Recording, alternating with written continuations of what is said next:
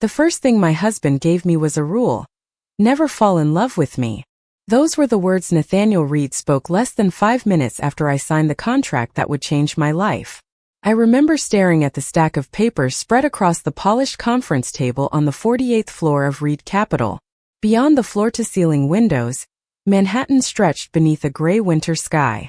The city looked endless, powerful, untouchable, much like the man sitting across from me. Nathaniel Reed was the kind of CEO people wrote articles about. Wealthy, brilliant, cold. Every business magazine seemed to have his face on the cover. Yet nothing in those articles prepared me for meeting him in person. He was calm in a way that made everyone else nervous, controlled in a way that made every room feel smaller. And now he was offering me a contract marriage. My name is Claire Morgan, and 6 hours earlier, I had been worrying about overdue medical bills for my father. Life has a strange sense of humor. Let me make sure I understand this, I said, forcing myself to maintain eye contact. You want me to become your wife for 1 year? Correct. Attend public events? Correct. Live with you? Correct. I pointed at the contract. And in return, you will cover my father's treatment expenses. Nathaniel nodded once. Everything is outlined in the agreement. The number attached to the arrangement still felt unreal. It was enough money to solve every problem that had been keeping me awake for months. Enough to give my father access to specialists we could never afford on our own. Enough to change everything. Yet something about the situation felt strange. Too convenient. Too carefully planned. Why me? I asked. The question lingered between us. Nathaniel leaned back slightly in his chair. Because you fit the requirements. I almost laughed. That is not an answer. It is the only one I am giving. Frustration rose inside me. The man could negotiate billion-dollar mergers, but apparently explaining his motives was impossible. Silence settled across the room. Finally, Nathaniel picked up a pen and slid the contract toward me. The decision is yours, Claire. My gaze dropped to the final page. One signature. That was all it would take. One signature to save my father. One signature to step into a world that did not belong to me. One signature to become the wife of a man who clearly did not believe in love. My hand trembled slightly as I picked up the pen. Then I signed. Nathaniel signed immediately after. Just like that, it was done. The agreement was official. He stood and buttoned his jacket. There is one more thing. I looked up. His gray-blue eyes met mine. This marriage will never involve love. The words were delivered calmly, professionally, as if he were discussing quarterly earnings. No expectations, he continued. No emotional complications. When the contract ends, we go our separate ways. I should have felt offended. Instead, I felt curious. Because for the first time since entering the room, something flickered behind his carefully controlled expression. Not arrogance. Not indifference. Something else. Something hidden. Then his assistant entered carrying a folder. She handed it to Nathaniel and left. He opened it briefly before closing it again. But not before I noticed a photograph inside. A photograph of a young woman. And unless I was mistaken, that woman looked exactly like me. The image stayed in my mind long after I left Reed Capital that afternoon. A young woman who looked exactly like me. The glimpse had lasted less than a second, yet I could not forget it. By sunset, my entire life had changed. A private ceremony had been arranged. Lawyers finalized documents. Public relations teams prepared statements. Everything moved with astonishing speed, as if Nathaniel Reed had anticipated every step long before I arrived. The wedding itself took place inside a quiet private garden, attached to one of his properties overlooking the Hudson River. No reporters. No cameras. No elaborate celebration. Just a judge, a few witnesses, and a contract that connected two strangers. The winter air carried the scent of snow. Bare branches swayed gently above us. Nathaniel stood beside me in a charcoal suit, calm and unreadable as always. When the ceremony ended, he slid a simple wedding band onto my finger. His touch lasted less than a second. Professional, careful, distant, exactly as promised. By nightfall, a black car carried us toward the estate that would become my temporary home. The property sat on a hill outside Manhattan surrounded by acres of quiet land. Warm lights glowed behind enormous windows. The house looked more like a luxury hotel than a residence. A team of staff members greeted us at the entrance. Every detail appeared perfectly organized. Every schedule carefully planned. The entire place reflected Nathaniel himself. Elegant. Controlled. Predictable. A house manager led me toward a private suite on the second floor. The room alone was larger than my apartment. Floor-to-ceiling windows overlooked the river. Fresh flowers sat on a table near the fireplace. A walk-in closet had already been filled with clothing in my size. The realization made me stop walking. How did they know my measurements? I asked. The manager smiled politely. Mr. Reed provided them. A strange feeling settled inside me. I had never given Nathaniel my measurements. Before I could ask another question, the manager excused herself and left. A few minutes later, a soft knock came from the doorway. Nathaniel stood there. His jacket was gone. His tie loosened slightly. For the first time all day, he looked less like a CEO and more like a normal man. Almost. I wanted to review a few house rules, he said. Of course he did. I folded my arms. More rules. His expression remained unchanged. Only the important ones. He stepped inside and handed me a folder. The document contained schedules, staff information, security procedures, and public event obligations. Everything was organized with military precision. You planned this thoroughly, I observed. I prefer preparation over surprises. I almost laughed. Then marrying a stranger seems like a strange decision. For a brief moment, something flashed across his face. Amusement. Then it disappeared. Perhaps. The conversation should have ended there. Instead, silence lingered between us. Nathaniel's gaze shifted briefly toward the bookshelf beside the fireplace. I followed his eyes automatically. A framed photograph sat among several books. The second he realized I noticed it, he walked toward the shelf and picked it up. Too quickly. Too deliberately. My curiosity immediately awakened. What was that? I asked. Nothing important. Which was exactly the kind of answer that guaranteed it was important. Nathaniel placed the frame face down on a nearby desk. Then he turned toward me. Get some rest, Claire. Tomorrow will be busy. He left before I could ask another question. The door closed quietly behind him. Several minutes passed. Then I walked across the room toward the desk. The photograph remained face down exactly where he had left it. And when I carefully turned it over, my heart nearly stopped. It was another picture of me. For several seconds I simply stared at the photograph in my hands. There was no mistake. The woman in the picture was me. Younger by a few years, standing near a community center in Brooklyn during a holiday charity event. I remembered the day immediately. Volunteers had spent the afternoon collecting winter coats and books for local families. It had been meaningful but not extraordinary. At least not to me. Yet somehow that moment had ended up framed inside Nathaniel Reed's private residence. My pulse quickened. I turned the photograph over.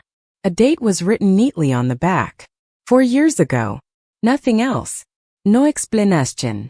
No note.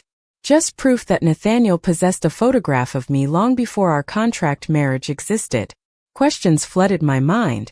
I carefully returned the frame to its place and spent most of the night staring at the ceiling. Sleep never truly arrived. The following morning, sunlight spilled through the enormous windows overlooking the river. A schedule had already been delivered to my room before I woke. Every hour of the day was planned. Breakfast, press briefing, charity luncheon, evening fundraiser. Apparently being Nathaniel Reed's wife came with responsibilities. By 10 o'clock, I found myself seated beside him in the back of a black luxury car, heading toward Manhattan. The city skyline grew larger with every passing minute. Nathaniel reviewed financial reports on a tablet, while I watched the traffic move below us. Eventually curiosity won. How many photographs do you have? His eyes lifted immediately. What photographs? I gave him a look. The ones you keep hiding. For the first time that morning he looked uncomfortable. It lasted only a second. You were not supposed to see that. Interesting answer. Silence settled between us. Nathaniel returned his attention to the tablet. Conversation over. Or so he thought. You have pictures of me from before we met. His jaw tightened slightly. Claire. That is not normal. He closed the tablet. Slowly. Carefully. Then he looked directly at me. Neither is marrying a stranger. Unfortunately, he had a point. The car stopped in front of Reed Capital before I could respond. Employees greeted him the moment we entered the lobby.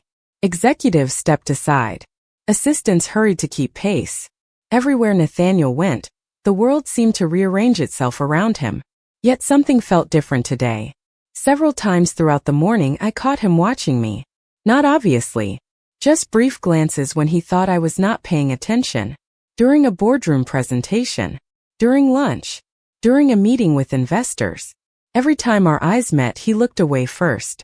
By late afternoon, we attended a charity fundraising event at a children's literacy center. The moment I entered the building, memories rushed back. I had volunteered there years ago. Children laughed nearby while volunteers organized books across colorful shelves. The familiar atmosphere immediately made me smile. For the first time all day, I felt relaxed. Nathaniel noticed. I could tell. While speaking with donors, his attention kept drifting toward me. Eventually, I found myself helping a young girl choose a storybook. Her excitement made me laugh. When I stood up again, Nathaniel was watching from across the room. Not as a CEO. Not as my contract husband. As something else entirely. Something softer. The expression vanished the second he realized I saw it. That evening, back at the estate, curiosity led me into Nathaniel's private office while he was taking a phone call. The room was immaculate. Organized. Precise. Then I noticed a locked drawer partially open near his desk. Inside sat a thick folder. And written across the tab in black ink were two words that made my heart stop. Claire Morgan. My pulse thundered in my ears as I stared at the folder inside Nathaniel's desk drawer. Claire Morgan. My name. Not hidden among dozens of files. Not buried in a cabinet. Sitting alone in a drawer beside his chair. As if it belonged there. As if I belonged there. For several seconds I simply stood frozen. Every instinct told me to close the drawer and leave. Every question inside me demanded the opposite.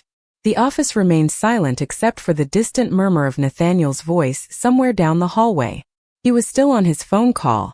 Before I could change my mind, I carefully opened the folder. Inside were photographs. More photographs. Some I remembered. Others I did not. There was a picture of me carrying coffee into a community center. Another showed me helping an elderly woman load groceries into her car. One captured me standing outside a bookstore holding a stack of design magazines. None were invasive. None appeared hidden. Most looked like they had been taken during public events or from published community newsletters. Yet seeing years of my life organized inside a folder made my chest tighten. Then I noticed something even stranger. Small notes had been attached beside several photographs. Kind to strangers. Volunteers regularly. Never stays for recognition. Notices people others ignore. My breath caught. These were not observations about my appearance. They were observations about who I was. Suddenly the entire room felt different. Less like an office. More like a collection of memories. A floorboard creaked behind me. I turned instantly. Nathaniel stood in the doorway. His phone call had ended. His expression revealed nothing, but his eyes moved directly to the folder in my hands. Neither of us spoke. Finally, I closed it carefully. How long? I asked quietly. The question hung between us. Nathaniel stepped inside and closed the door behind him. Long enough. Frustration surged through me. That is not an answer. He walked toward the window overlooking the dark river beyond the estate. Rain tapped softly against the glass. 5 years. My heart skipped. 5 years. 5 years before the contract. 5 years before the wedding. 5 years before he officially entered my life. Why? I whispered. Nathaniel stared into the darkness outside. For several moments he said nothing. Then he finally turned toward me. For the first time since we met, the cold CEO seemed completely gone. Because I never forgot you. The honesty in his voice caught me off guard. I searched his face for signs of manipulation. Calculation. Strategy. I found none. You barely knew me. That is true. Then why? He smiled faintly. Not with confidence. With memory. 5 years ago, I attended a charity fundraiser because my public relations team insisted. I immediately remembered the event. Hundreds of guests. Community projects. Children's programs. I was leaving, Nathaniel continued, when I saw a volunteer give her reserved dinner seat to someone she had never met. My stomach tightened. I remembered doing that. Most people spend their lives trying to be noticed, he said softly. You were the first person I met who genuinely seemed happier helping someone else. The room grew quiet again. Rain continued sliding across the windows. That stayed with me. My heart refused to slow down. Nothing about this conversation fit the man who had placed rules inside a marriage contract. Nothing fit the man who claimed love would never be part of the arrangement. Then Nathaniel looked directly at me. Really looked at me. The truth is, Claire, I broke my own rule before I ever wrote it. Before I could respond, his assistant appeared in the doorway holding a tablet. Her expression was unusually tense. Mr. Reed, she said carefully, there is someone downstairs asking to see your wife. Nathaniel frowned. Who? The assistant hesitated. Then she spoke a name that instantly changed the atmosphere in the room. Ethan Carter. The name hit me like a forgotten memory. Ethan Carter. I had not heard it in almost 2 years. Nathaniel's expression changed instantly. Not dramatically, just enough for me to notice. His jaw tightened. His shoulders stiffened. The assistant remained standing in the doorway waiting for instructions. Tell him I am busy, Nathaniel said. He specifically asked for Mrs. Reed. The room fell silent. Nathaniel looked at me. Do you want to see him? The answer should have been simple. Ethan had once been a close friend. We met through a design project years earlier. There had never been a relationship. Never even a serious attempt at one. Life had simply carried us in different directions. Yet something about his unexpected appearance made me curious. Yes, I said quietly. Nathaniel nodded once. Very well. 10 minutes later, I entered one of the estate's sitting rooms overlooking the river. Ethan stood near the fireplace. He looked almost exactly the same. Sandy brown hair. Friendly smile. Casual confidence. When he saw me, relief crossed his face immediately. Claire. He stepped forward before stopping himself. It is good to see you. You too. We sat across from each other while rain continued tapping against the windows. For several minutes, the conversation remained simple. Familiar. He asked about my father. I asked about his architecture firm. Yet I could not ignore the fact that Nathaniel was standing near the doorway on the opposite side of the room. He was not participating. He was simply there.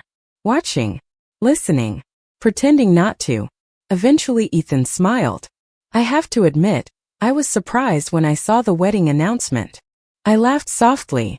You and everyone else. Are you happy? The question caught me off guard. Before I could answer, I became aware of Nathaniel's attention sharpening across the room. Ethan noticed it too. His smile widened slightly. That complicated, huh? It is a contract marriage. The words sounded strange every time I said them. Ethan leaned back thoughtfully. And yet you defended him before you explained him. I blinked. What? You answered faster when you explained the contract than when I asked if you were happy. I had no response. Several moments later, Ethan stood to leave. The conversation ended warmly. Comfortably. Nothing unusual. Nothing inappropriate. Yet as he walked toward the entrance, he paused beside Nathaniel. The two men exchanged a brief handshake. Professional. Polite. Then Ethan looked toward me one final time. Take care of yourself, Claire. After he left, silence settled across the estate once more. Nathaniel remained near the doorway. His expression was impossible to read. Finally I folded my arms.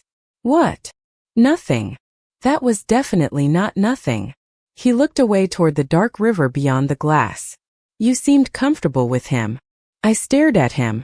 Then realization slowly arrived. Are you jealous? Nathaniel's eyes immediately returned to mine. No. The answer came too quickly. Far too quickly. I smiled despite myself. Nathaniel.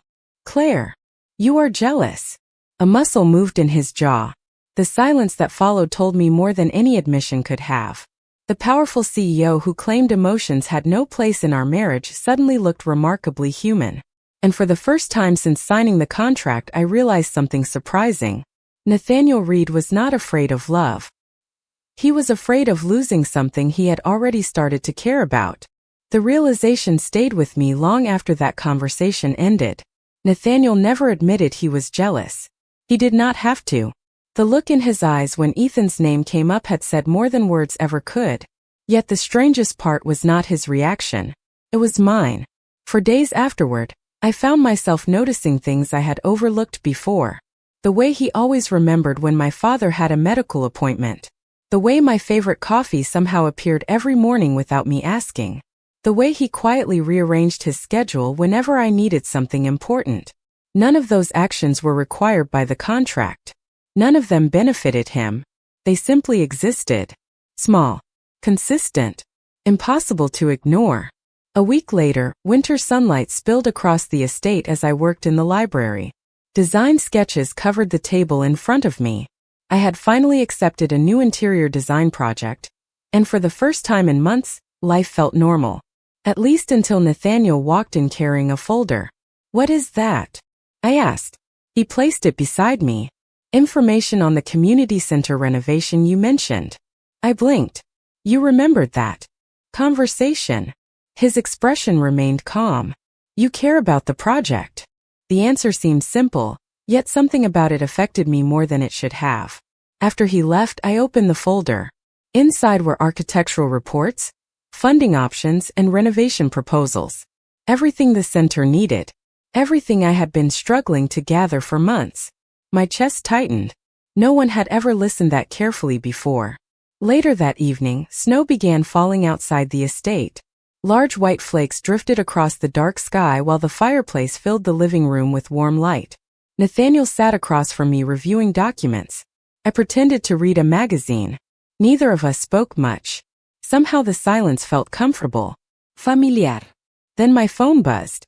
A message from the law firm managing our contract. I opened it casually. My stomach immediately dropped. The agreement expiration date stared back at me from the screen. 6 months remaining. 6 months. Half the contract was already gone. I read the number again. Then a third time. Suddenly the room felt different. Smaller somehow. The future I had carefully avoided thinking about was moving closer every day. When the contract ended, everything would end with it. The estate. The partnership. Nathaniel. I hated how much that thought hurt. Across the room, Nathaniel looked up from his paperwork. "Is something wrong?" I forced a smile. "No." He studied me for a moment but did not push further. The evening continued, yet my thoughts remained trapped by that number. 6 months. Much later, unable to sleep, I wandered onto the glass-covered terrace overlooking the river. Snow covered the grounds in silver light. The world looked peaceful. Quiet. I wrapped my coat tighter around myself and stared toward the distant city lights. Footsteps approached behind me. Nathaniel. Of course. He stopped beside me without speaking. Together we watched the snowfall drift across the water. Finally I broke the silence. What happens when the contract ends? The question hung in the cold air between us. For the first time in weeks, Nathaniel looked genuinely unsettled. His gaze remained fixed on the river. Several seconds passed. Then he gave an answer that changed everything. "That," he said quietly, "is the problem I have been trying not to think about." His answer stayed with me for days. Every time I looked at him across a meeting table, every time we shared breakfast overlooking the river, every time our conversation stretched a little longer than necessary, I remembered those words. The problem I have been trying not to think about. Nathaniel Reed had built an empire by solving problems. Yet somehow the approaching end of our contract was the one thing he could not control. Winter slowly gave way to early spring. Snow disappeared from the hills surrounding the estate. New projects filled my schedule. The community center renovation finally began moving forward thanks to the resources Nathaniel quietly arranged behind the scenes. Life should have felt stable. Instead, an invisible countdown followed me everywhere. 5 months. Then 4. Then 3. One afternoon I found myself standing inside the community center reviewing design plans with contractors. Children laughed nearby while volunteers unpacked donated books. The familiar atmosphere reminded me of the life I had before the contract. Simpler. Smaller. Real. You seem distracted. I turned to find Ethan standing beside me holding 2 cups of coffee. We had remained friends after his visit to the estate. Nothing more. Nothing complicated. Yet somehow he always noticed when something was wrong. Doi? I asked. He handed me a cup. You have been staring at that blueprint for 5 minutes. I laughed softly. Maybe I have a lot on my mind. Ethan studied me carefully. Then his expression softened. It is him, isn't it? My heart immediately betrayed me. That alone was answer enough. Ethan smiled. Not bitterly. Not sadly. Just knowingly. You love him. The words landed harder than I expected. I wanted to deny them. I wanted to argue. Instead I looked away. Silence became my confession. Hours later, I returned to the estate carrying those words with me. You love him. The realization frightened me because it was true. Somewhere between the photographs and the late-night conversations, between the quiet acts of kindness, and the moments he thought I was not watching, I had fallen in love with a man who promised love would never exist between us. The timing could not have been worse. That evening I found Nathaniel working alone in his office. The city skyline glowed beyond the windows. Papers covered his desk. Yet the moment I entered, his attention shifted completely toward me. How was the project? He asked. Good. The answer felt too small for everything I wanted to say. He noticed immediately. Claire. My name sounded different when he said it now. Warmer somehow. More personal. I took a slow breath. The contract ends in 3 months. The room grew quiet. Nathaniel leaned back in his chair. For a moment neither of us spoke. Then he nodded. I know. The simplicity of the answer hurt more than it should have. Of course he knew. He always knew. And after that? I asked. His gaze held mine. Steady. Unreadable. Several long seconds passed. Then he stood and walked toward the window. I have spent months trying to prepare for that question. My pulse quickened. And he laughed softly. Not because anything was funny. Because he sounded frustrated with himself. And I still do not have an answer. My heart ached unexpectedly. Before I could respond, Nathaniel turned toward me. For the first time, the distance he always maintained seemed gone. Completely gone. His eyes held an honesty I had never seen before. The truth is, Claire, he said quietly, you are the first thing in my life that stopped feeling temporary. The room fell silent. Neither of us moved. Neither of us looked away. And in that moment, I realized leaving him was going to be far harder than staying. The final month arrived faster than either of us expected.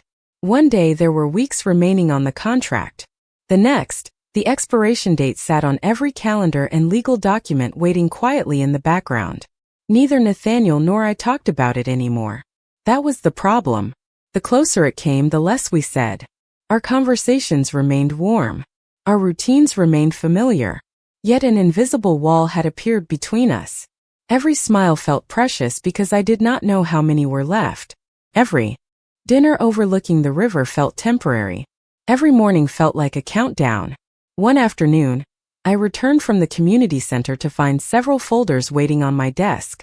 Legal paperwork, contract completion procedures, property access changes, transportation arrangements, practical details for life after the agreement. My chest tightened immediately. This was real. The ending was no longer a distant possibility. It was scheduled, organized, approved. Exactly the kind of thing Nathaniel would prepare.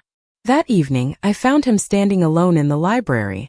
Rain drifted softly across the windows while a fire burned nearby.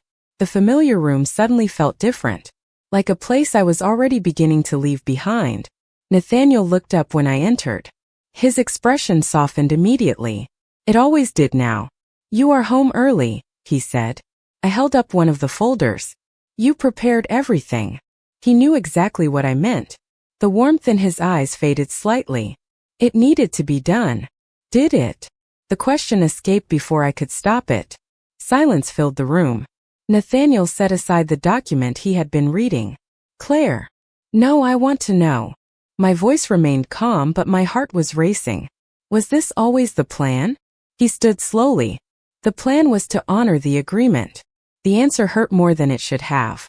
I nodded once. Then I smiled. A small, polite smile. The kind strangers use when they are trying not to show disappointment. Of course. I left before he could say anything else. That night sleep never came. By sunrise I had made my decision. If the contract was ending, I would leave with dignity. No arguments. No impossible hopes. No asking a man who once banned love from our marriage to change his mind. I spent the morning packing. Not much belonged to me. A few books. Design sketches. Personal photographs. Small reminders of a life that existed before Nathaniel Reed. Around noon I carried the final box downstairs. The estate felt unusually quiet. Staff members moved carefully, as if they understood what was happening. The front doors stood open. A car waited near the entrance. I looked around one last time. The grand staircase. The river beyond the windows. The home that never truly belonged to me. Nathaniel was nowhere in sight. Somehow that hurt most of all. Part of me had expected him to stop me. To say something. Anything. But the house remained silent. I took a deep breath and walked outside. The driver loaded my luggage into the trunk. I climbed into the back seat and stared at the estate through the window. As the car pulled away, my heart broke a little more with every passing mile. I told myself it was the right choice. I told myself the contract was over. I told myself I would eventually move on. Then my phone rang. Nathaniel's name appeared on the screen. And for the first time since I met him, his voice sounded completely unsteady. Claire, he said, please tell me I am not too late. My heart stopped the moment I heard his voice. Nathaniel Reed never sounded uncertain, never rushed, never emotional. Yet the man speaking through the phone sounded nothing like the CEO, who had built an empire through discipline and control. He sounded afraid. Claire, he repeated, please tell me I am not too late. The car continued moving down the winding road away from the estate. For several seconds I could not answer. My throat felt too tight. The driver glanced at me through the mirror but wisely remained silent. Finally I found my voice. Nathaniel. My name left his lips like a breath of relief. Where are you? I looked back through the rear window. The estate had already disappeared behind the trees. On my way out. Silence followed. Then I heard him exhale sharply. Turn around. The request was immediate. Honest. Unfiltered. Why? I asked softly. Another pause. Longer this time. The kind of silence that exists when someone stands at the edge of a truth they can no longer avoid. Because I made a mistake. My heart ached. The contract is over. I know. That was the agreement. I know. His voice grew quieter. More vulnerable. That is the problem. I closed my eyes. Every emotion I had spent months hiding threatened to surface all at once.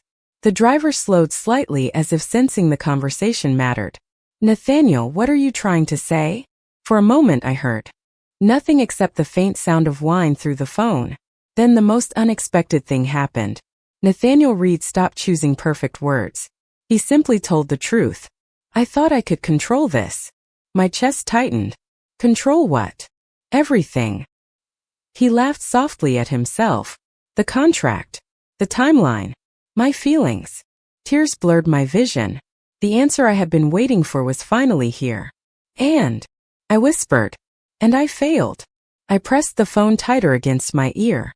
The world outside the window disappeared. There was only his voice. The day I met you, I convinced myself this marriage would solve a problem. He paused. Instead, it became the most important thing in my life. My heart broke and healed at the same time. Nathaniel. No, let me finish. His voice remained steady now. Certain. For years I admired you from a distance. Then I told myself a contract was enough. Then I told myself friendship was enough. Then I told myself I could survive watching you leave. He exhaled slowly. I was wrong about all of it. Tears finally escaped down my cheeks. The driver quietly pulled the car onto the shoulder overlooking the river below. Spring sunlight reflected across the water. Everything felt suspended between one life and another. Claire, Nathaniel said softly, I do not want the contract. My heart pounded. I do not want the rules. The tears kept falling.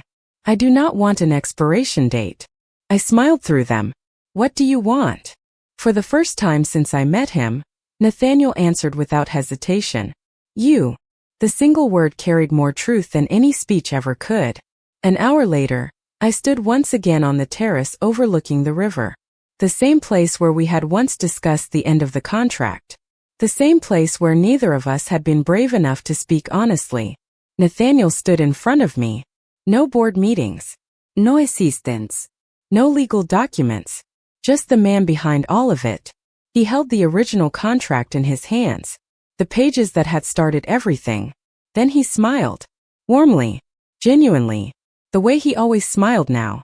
Slowly, he folded the document closed and placed it on the table beside us. I spent months trying to escape this contract, he said. Turns out the only thing I ever wanted was the woman who signed it. The river shimmered beneath the afternoon sun. A gentle breeze moved through the trees. And for the first time since this story began, there were no conditions left between us. No deadlines. No rules. No distance. Just two people standing at the beginning of something real. The contract had ended exactly as promised. But the love story had finally begun.